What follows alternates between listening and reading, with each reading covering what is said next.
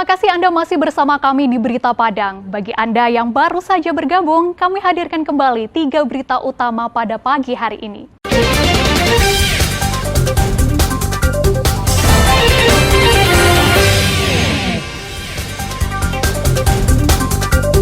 Seorang pengedar di Padang ditangkap polisi dengan barang bukti 27 paket ganja.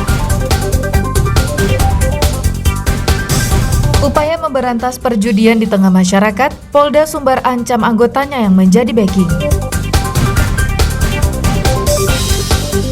Petani di Kecamatan Patamuan dan Padang Sago tak lagi menguasai lahan mereka sendiri.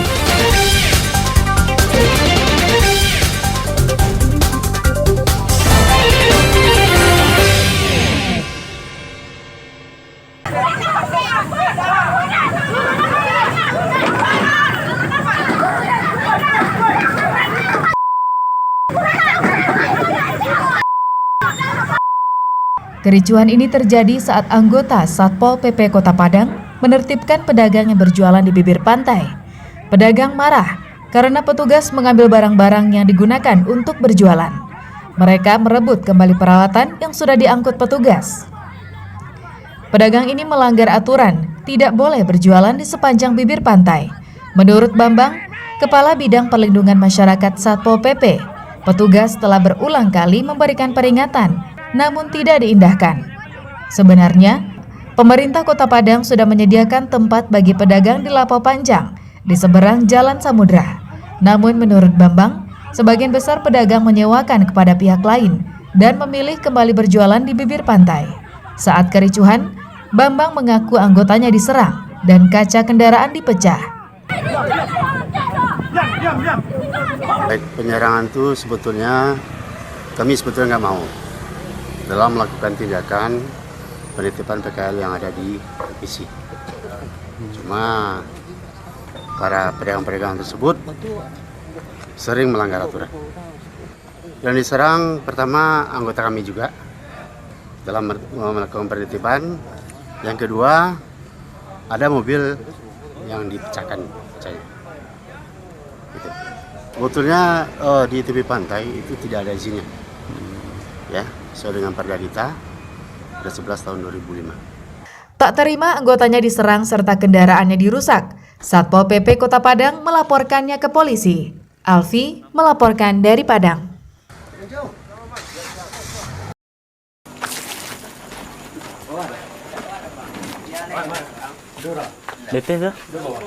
Tim Raja Wali Satres Narkoba Polresta Padang menggerebek sebuah gudang alat berat di Kelurahan Balai Gadang, pinggiran Kota Padang.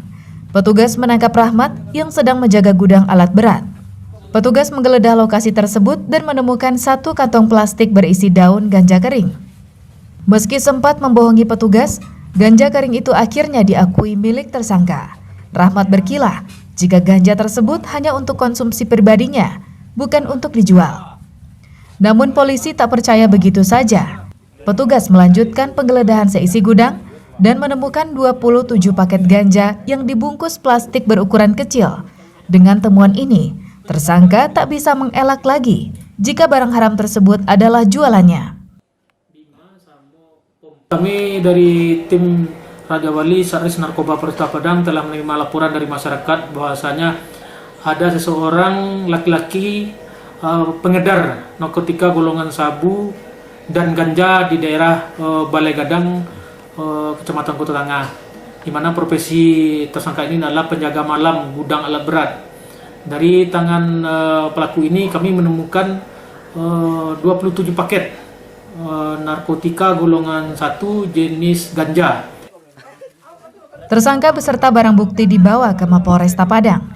Polisi masih memeriksa Rahmat secara intensif untuk mengetahui peredaran ganja yang dilakoninya. Alfi melaporkan dari Padang.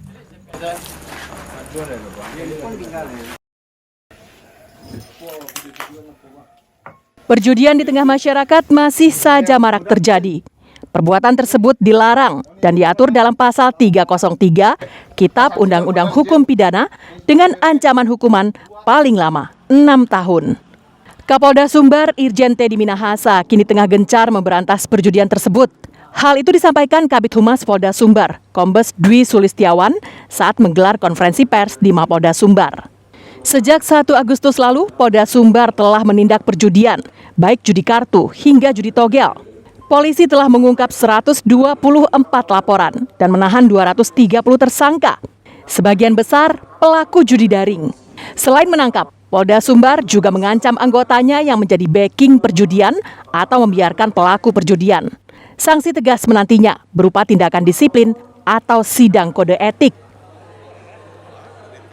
Jadi komitmen Bapak Kapolda, manakala ada anggota yang bermain-main terhadap kasus ini, baik itu membackingi, baik itu melepas pelaku tersangka perjudian, atau bahkan tidak melakukan penangkapan terhadap kasus perjudian, itu akan dikasih sanksi yang tegas oleh Bapak Kapolda. Saksinya nanti bisa diberikan tindakan disiplin atau diberikan tindakan sidang kode etik.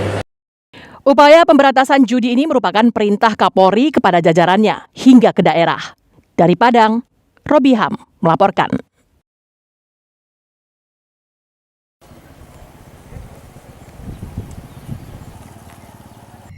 Sebagian besar pemilik lahan pertanian di Kecamatan Patamuan dan Padang Sago, Kabupaten Padang Pariaman, kini tak lagi menguasai lahan mereka pasca gempa tahun 2009 lalu. Karena rusaknya saluran irigasi, lahan mereka sudah disewakan kepada pemilik modal karena tak sanggup untuk mengolahnya menjadi kebun pepaya. Padahal mereka sangat merindukan untuk bisa bertani menanam padi kembali.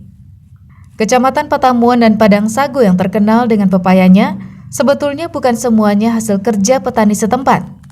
Untuk bercocok tanam padi, tidaklah membutuhkan biaya yang besar dibanding menanam pepaya. Karena tak mampu untuk mengolahnya sendiri, sebagian besar warga pemilik lahan lebih memilih untuk menyewakannya kepada para pemilik modal. Lahan ini disewakan dengan nilai bervariasi, mulai 3 juta rupiah hingga 5 juta rupiah per tahun setiap hektarnya. Nilai ini tidaklah sebanding dengan penghasilan yang diterima jika diolah sendiri jadi lahan pertanian. Kebun pepaya kan banyak biaya, membutuhkan modal yang cukup banyak. Merasa rugi Ibu disewakan ini? Ya sudah jelas lah. Orang mau dapat untung yang besar, kita cuma hanya sekedar sewa yang dapat kan. Tapi terpaksa ya. Orang panen selama 4 tahun 5 tahun panen pepayanya. Setelah gempa 2009 sampai sekarang irigasi belum bisa diperbaiki. Itu meliputi 4 nagari, 2 kecamatan. Belum bisa diperbaiki, masyarakat sanggup memperbaiki. Jadi sebagian besar lahan ini disewakan ke pemilik modal untuk kebun pepaya. Alasan masyarakat untuk menyewakan tanah, sebagian untuk mengolah kebun pepaya ini untuk punya modal. Warga berharap Bupati segera memperbaiki irigasi yang rusak 13 tahun tersebut. Karena selain merasakan kerugian dari sisi penghasilan, mereka juga merasakan beban psikologis saat tak berdaya di tanah sendiri. Eki Rafki melaporkan dari Padang Pariaman.